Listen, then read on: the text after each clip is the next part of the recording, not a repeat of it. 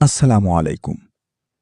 মানুষের জীবনে দুঃখ, কষ্ট, টেনশন, রিজিকের সমস্যা, অসুস্থতা এসব যেন লেগেই থাকে। কিন্তু আপনি কি জানেন, একটি ছোট্ট আমল আপনার জীবনের অনেক সমস্যার সমাধানের কারণ হতে পারে? আর সেই আমলটি হল ইস্তেগফার। ইস্তেগফার অর্থ হল আল্লাহর কাছে ক্ষমা চাওয়া। যখন আমরা বলি আস্তাগফিরুল্লাহ, তখন আমরা আল্লাহর কাছে নিজের ভুলের জন্য ক্ষমা চাই। আল্লাহ তাআলা পবিত্র কুরআনে বলেন, হযরত নূহ আলাইহিস সালাম তার জাতিকে বলেছিলেন, তোমরা তোমাদের রবের কাছে ক্ষমা চাও, নিশ্চয়ই তিনি ক্ষমাশীল।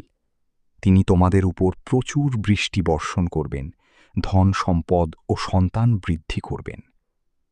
এ থেকে বোঝা যায় ইস্তেগফার শুধু গুনাহ মাফের জন্য নয়, বরং রিজিক বৃদ্ধি ও দুশ্চিন্তা দূর করারও মাধ্যম। রাসূল সাল্লাল্লাহু আলাইহি ওয়াসাল্লামও বেশি বেশি ইস্তেগফার করতেন। তিনি দিনে ৭০ বারেরও বেশি আল্লাহর কাছে ক্ষমা চাইতেন। আমরা যখন ইস্তেগফার করি, তখন হৃদয় শান্ত হয়, মনের অশান্তি কমে, আল্লাহ আমাদের জন্য সহজ পথ তৈরি করেন। অনেক সময় আমরা সমস্যার সমাধান মানুষের কাছে খুঁজি, কিন্তু প্রকৃত সমাধান আসে আল্লাহর কাছ থেকে। আর ইস্তেগফার সেই দরজাকে খুলে দেয়। তাই প্রতিদিন বেশি বেশি পড়ুন, আস্তাগফিরুল্লাহ ওয়া আতুবু ইলাইহি।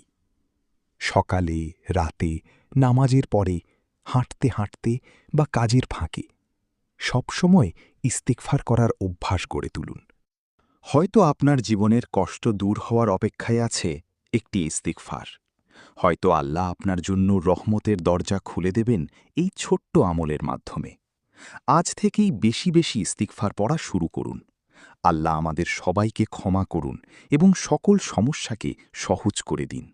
আমিন। ভিডিওটি ভালো লাগলে লাইক, কমেন্ট এবং সাবস্ক্রাইব করতে ভুলবেন না।